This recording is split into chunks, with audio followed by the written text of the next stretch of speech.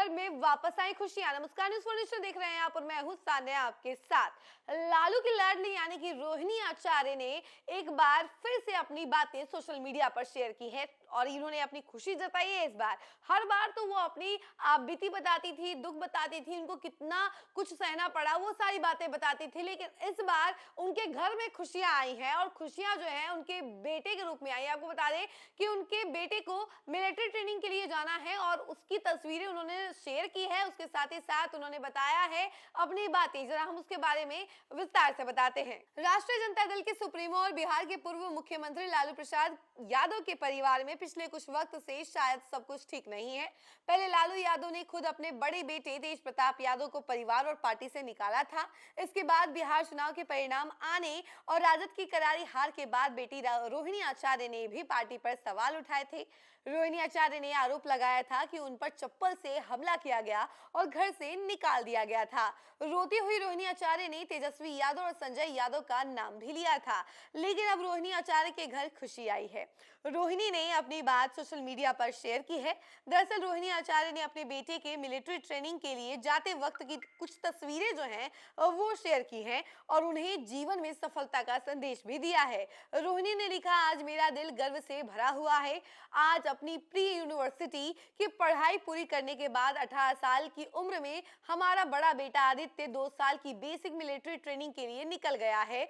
आदित्य, तुम बहादुर, साहसी और अनुशासन के साथ रहने वाले हो। जाओ, कमाल करके दिखाओ और हमेशा याद रखना, जीवन की सबसे कठिन लड़ाइयों में ही योद्धा बनते हैं। हम सबों का सारा प्यार और हौसला हमेशा तुम्हारे साथ है। रोहिणी आचार्य के भाई तेज प्रताप यादव ने भी इस पोस्ट को रीट्वीट किया है। यहाँ आपको बता दें कि रोहिणी आचार्य ने पिछले साल खत्म हुए बिहार विधानसभा चुनाव के नतीजों के बाद परिवार में हुए उनके अपमान की वजह से उनके माता पिता का घर छोड़ दिया था। उन्होंने इस अपमान के लिए अपने भाई और राष्ट्रीय जनता दल के वरिष्ठ नेता तेजस्वी प्रसाद यादव, सांसद संजय यादव और रमीज नीमत को जिम्मेदार ठहराया था। उन्होंने बिहार विधानसभा चुनाव में संजय और रमीज की भूमिका पर भी सवाल उठाए थे और कहा था कि राजद की करारी हार और 243 सदस्यीय नई विधानसभा में पार्टी के केवल 25 सीटों पर सिमट जाने के लिए दोनों को नैतिक जिम्मेदारी लेनी चाहिए। रोहिणी आचार्य ने यह भी खुलासा किया था कि परिवार के एक सदस्य ने उन पर चप्पल फेंकी थी। इस अपमान के बाद वह अपनी मां राबड़ी देवी के 10 सर्कुलर रोड स्थित आवास से बाहर निकली और आक्रोशित होकर उन्होंने राजनीति छोड़ने की भी घोषणा कर दी थी। रोहिणी पिता लालू प्रसाद को अपनी किडनी दान करने के लिए चर्चा में थी और सारण लोकसभा सीट पर चुनावी मैदान में उतरी थी, जहां उन्हें हार का सामना करना पड़ा था।